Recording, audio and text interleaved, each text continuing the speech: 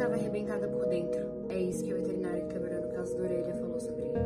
No dia 15 de janeiro de 2026, o Orelha, que era um cãozinho comunitário da Praia Brava de Florianópolis, Santa Catarina, um cãozinho idoso de 10 anos, foi atacado por um bando de adolescentes e morto, enquanto eles brincavam de quem dava porrada mais forte com pregos na cabeça dele.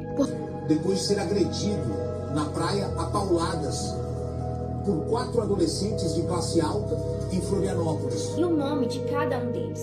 Eu não posso colocar a foto deles aqui porque eles são menores de idade, mas eu posso colocar um nome sim e deixar claro que eu nunca mais vou esquecer do rosto de cada um e eu nunca mais vou esquecer do nome de cada um. O que vocês puderem compartilhar sobre a Orelha, não precisa ser esse vídeo, mas o que vocês puderem compartilhar, compartilhem. Não deixem esse assunto morrer, vamos fazer isso chegar nas grandes mídias e vamos fazer com que a Orelha tenha justiça